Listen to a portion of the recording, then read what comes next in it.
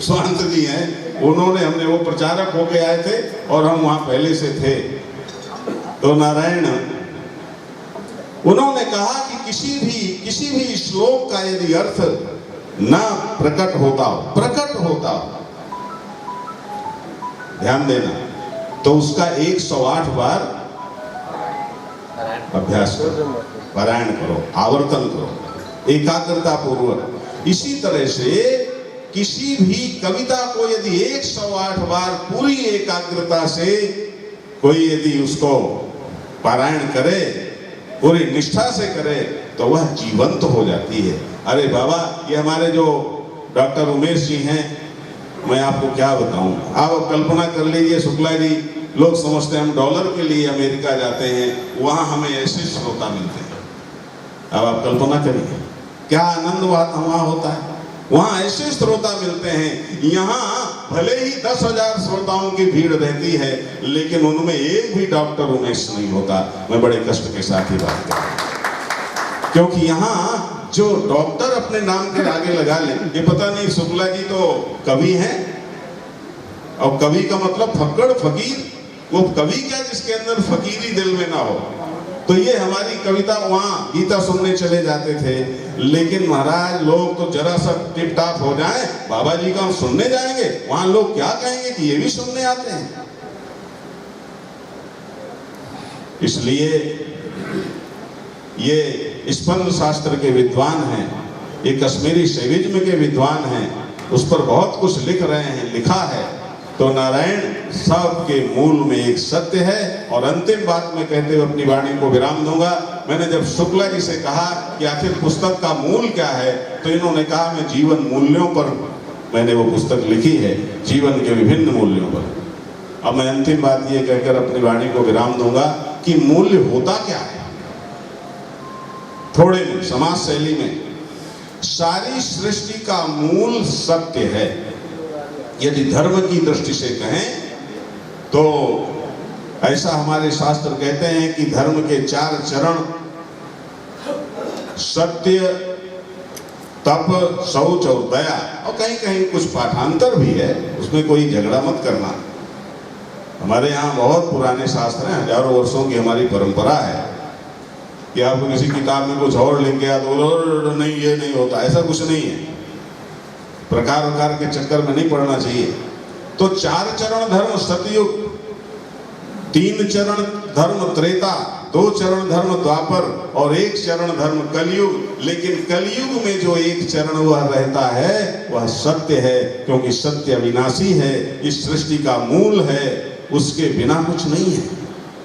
भागवत जिसे लोग भक्ति का ग्रंथ कहते हैं, हमारे यहाँ 2 मार्ग हैं, ज्ञान मार्ग और भक्ति मार्ग। तो ज्ञान मार्ग में तो अंधविश्वास नहीं है ना।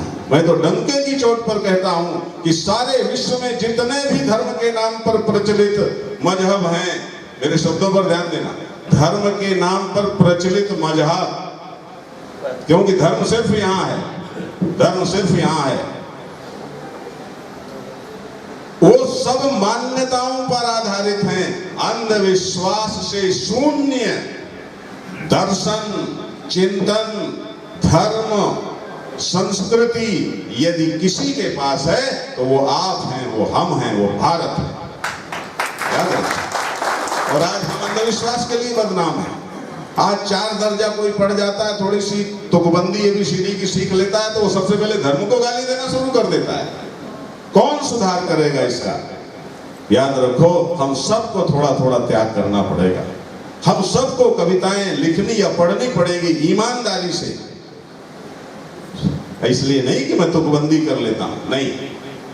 पीड़ा है, पीड़ा जिसके दिल में पूरे समाज की पीड़ा नहीं आई, वो क्या है? वो पशु के अलावा मनुष्य है कब मनुष्य है? मेरी कविता ध्यान आती है, मानव आत्मदर्शन की क्षमता का दिव्यतम वरदान पाकर सृष्टि सर्वोत्कृष्ट है, मानीय है। अभी कविता की चर्चा में थोड़ा ध्यान आ गया। मानव आत्मदर्शन की क्षमता का दिव्यतम वरदान पाकर सृष्टि सर्वोत्कृष्ट है, महनीय है, और दर्शन इस आत्मदृष्टि का उद्घाटक है, अवबोधक सत्यचित स्वरूप जो अधिष्ठान आनंद सत्य जीवन का। इस शाश्वत सत्यान्वेषण के बल पर ही मन के पार अनंत महाशून्य में अवगाहन कर मृत्यु के पार अजर अमर अविनाशी आत्म भाव में रमकर आनंद शांति सत्य संभूति व्यक्त अव्यक्त अनंत समन्वित सत्यम शिवम सुंदरमय जीवन की सच्ची परिभाषा का निर्धारक दर्शन।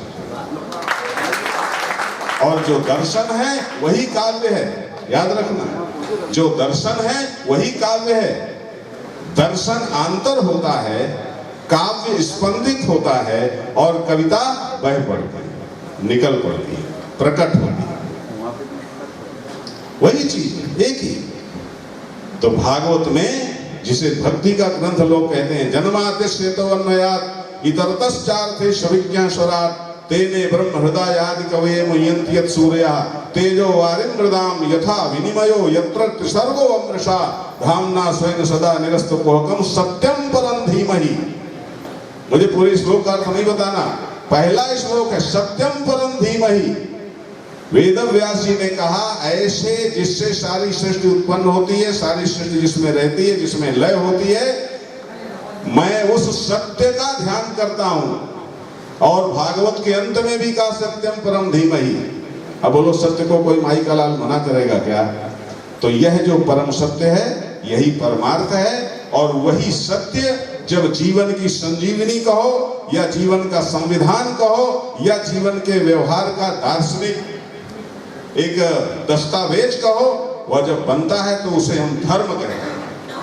और उस धर्म का व्यवहारिक नियमन जब होता है तो उसे हम नीति कहते हैं।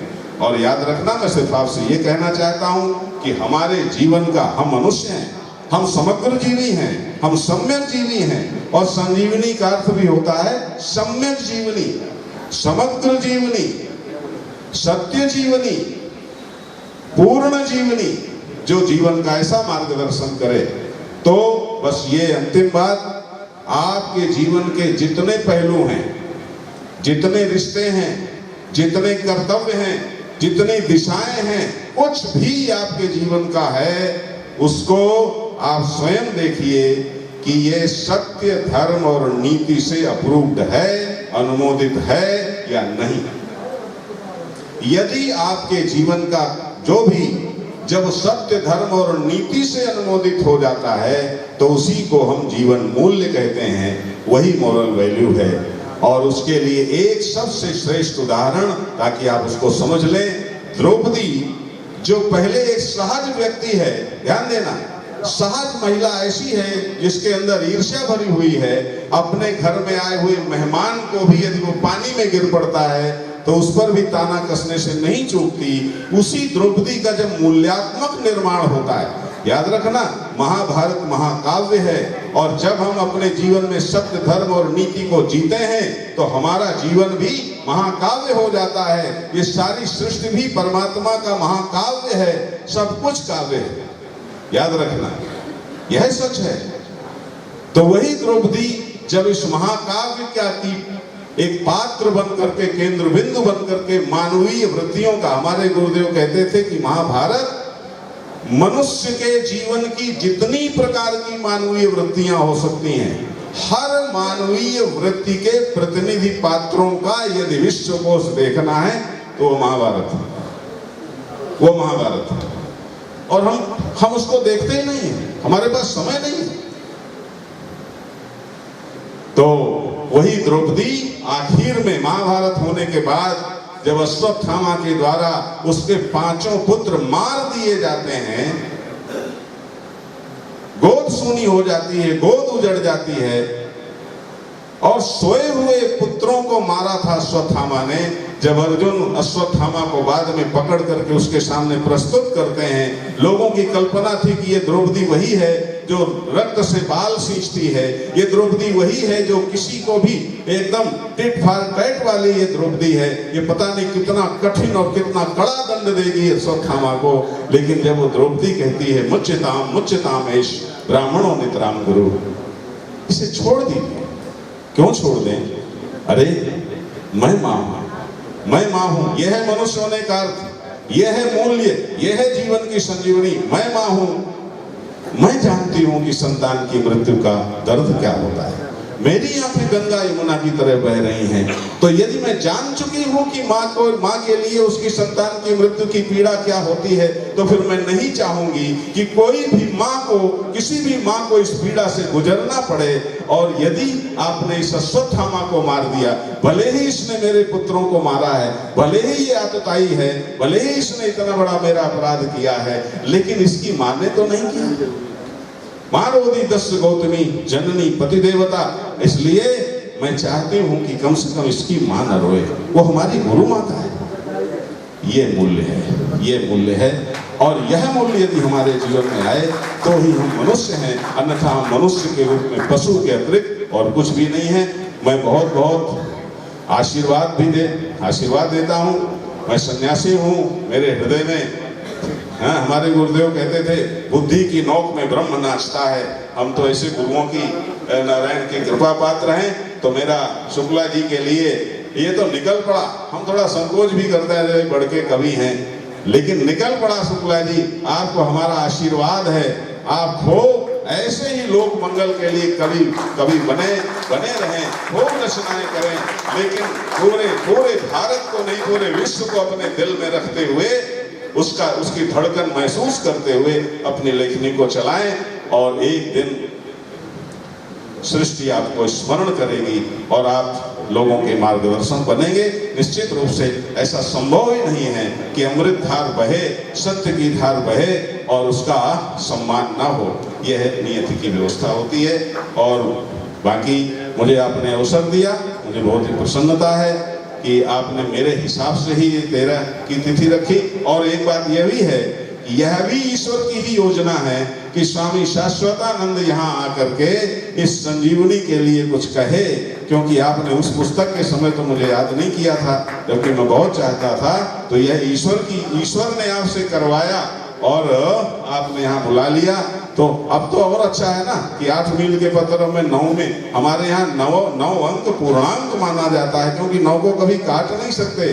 तो महाराज इस संजीवनी एक ऐसा मील का पत्थर है, इसके आगे अपना आपको 9 तक जाना है, फिर 9 तक जाना है, फिर 9 तक जाना है। ये यात्रा आप करते रहें। माँ भारती आपका कल्याण करें। ओम शांति शांति शांति। सबके हृदय में बैठे नारायण को प्रणाम।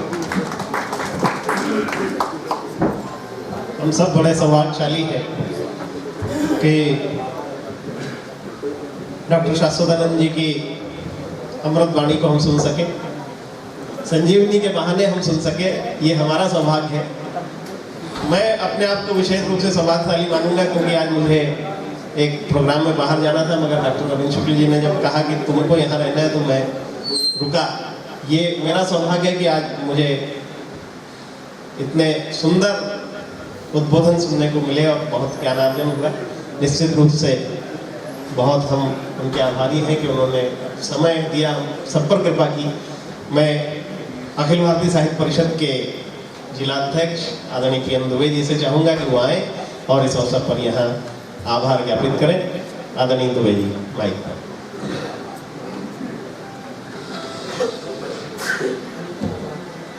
शारदे को प्रणाम करता हूँ।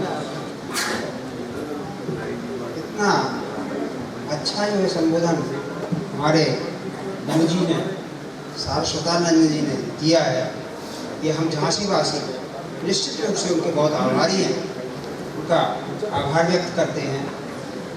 और ये संजीवनी की जो प्रेरणा आदरणीय शुक्ल जी को आपसे जो प्राप्त हुई है, ये निश्चित ही ये भारत में और अपने देश में ये संजीवनी जो है संस्कारों का जो संस्कार है वो डूब रहे हैं, उनको जीवन दे।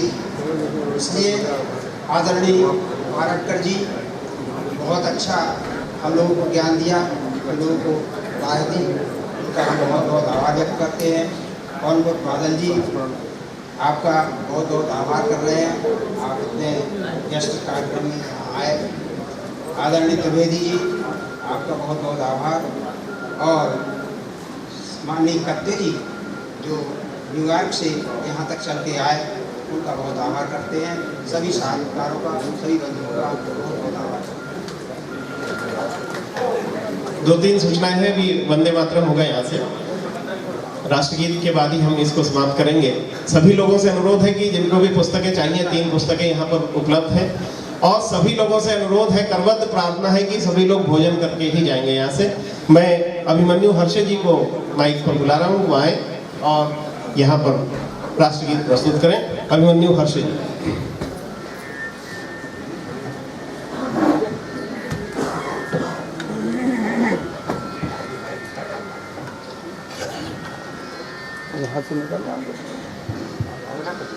वन्दे मातरम् वन्दे मातरम्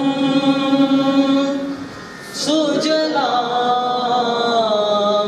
सुफलां मलयज शीतलां शस्य श्यामलां वन्दे मातरम् शुभ्रज्योत्स्नां पुलकितयामिनीं